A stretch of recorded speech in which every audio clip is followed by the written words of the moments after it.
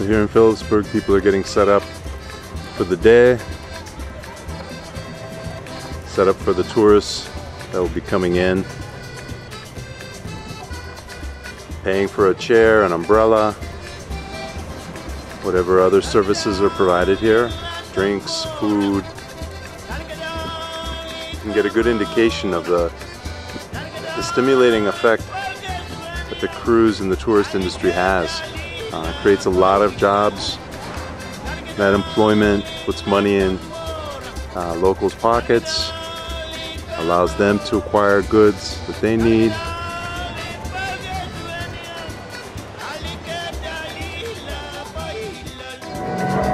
So this is Philipsburg. I'm standing on one of the main docks for the tourists.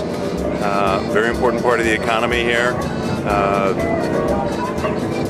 Large amount of the annual budget comes from bringing these cruise ships into port. You can see they're behind me. And then these water taxis actually ferry the people back and forth from the main ship to this dock. As we pan around, you can see where everyone is heading. We're right in there. We've got a whole community set up specifically for the tourist trade. Everything from the seaside restaurants and bars to swimming.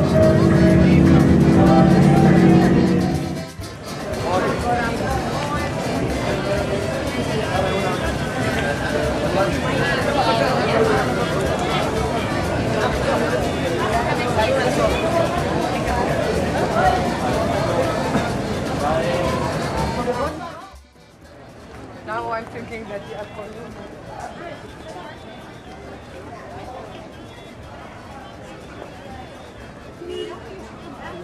Just missed the boat? Yeah. I said, where are you going? Step like this. And I'm seeing them going. I thought he's coming back. He's in a hurry. Which boat is he going back to? Oasis of the Sea. Oh, beautiful. That's the big one. That's what I came with, yeah. What other ports are you going to? I think this is the last one. We've been in St. Thomas. And we've been in Nassau. And then that's only 3 ports. But you know, the only thing I took this ship to experience it. Yeah. It's awesome. 3-day cruise? No. Oh, 7 days. 7 days. So you have like 3 ports, and in between you're in the sea. So in the sea, you know, this ship, it's as long as the Empire State Building. And you even have water ski there. And theaters, like some theaters are bigger than the movie theater in New York, inside this ship. That's amazing. And I live in the level, they call it Central Park. When you walk in that level, oh my God, it's Sint Maarten. I brought them, you know, like New York with me here. So it's almost like a street in the middle of the ship. You have a boardwalk, you have Central Park. It's unbelievable, and it's the paradise for children. That's amazing. That really is. How many times have you been on the cruises? This is my 20th. So you like it? Yeah. And you know, you have to take out of life as much as you can. Live with full. You never know what happens tomorrow.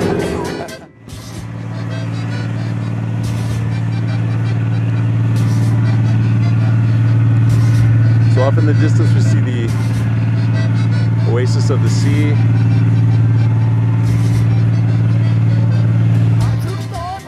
I am here in Philipsburg with Anja, one of the captains of Sint Maarten service.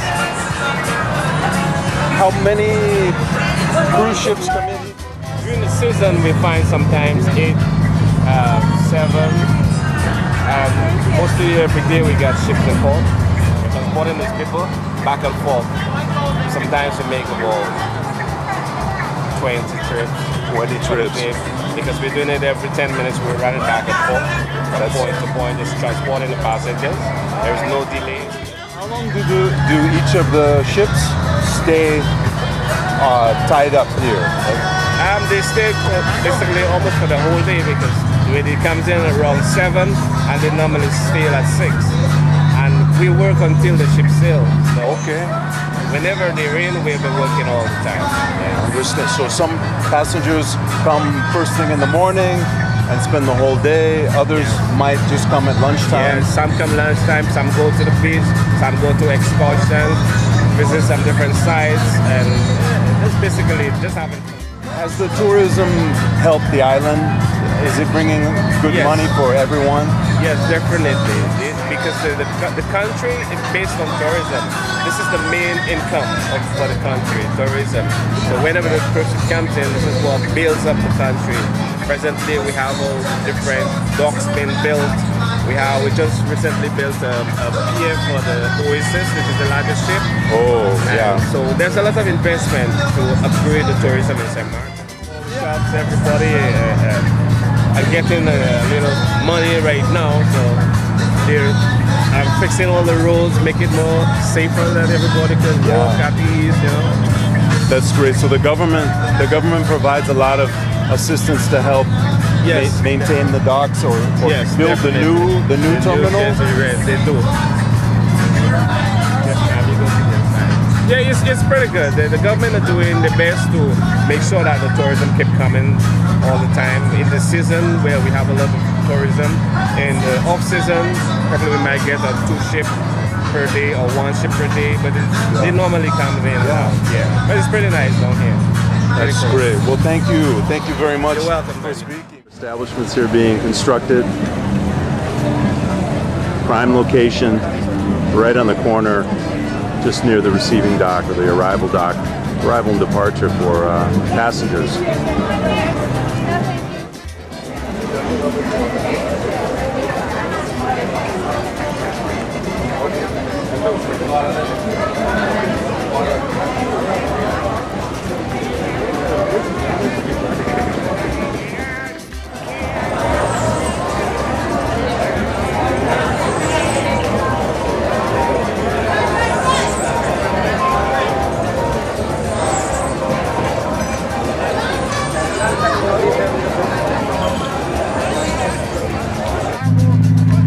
So as one of the water taxis there is getting ready to cast off, we can appreciate what the captain was saying about how much this means to the economy. He basically said this is the economy for Sint Maarten.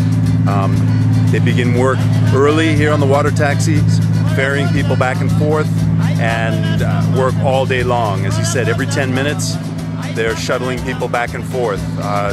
Tourists decide when they want to come ashore. They may come for the entire day and explore other areas, such as the French side, or they may just come on shore for a few hours to do some shopping, have a bite to eat, but then go right back on board.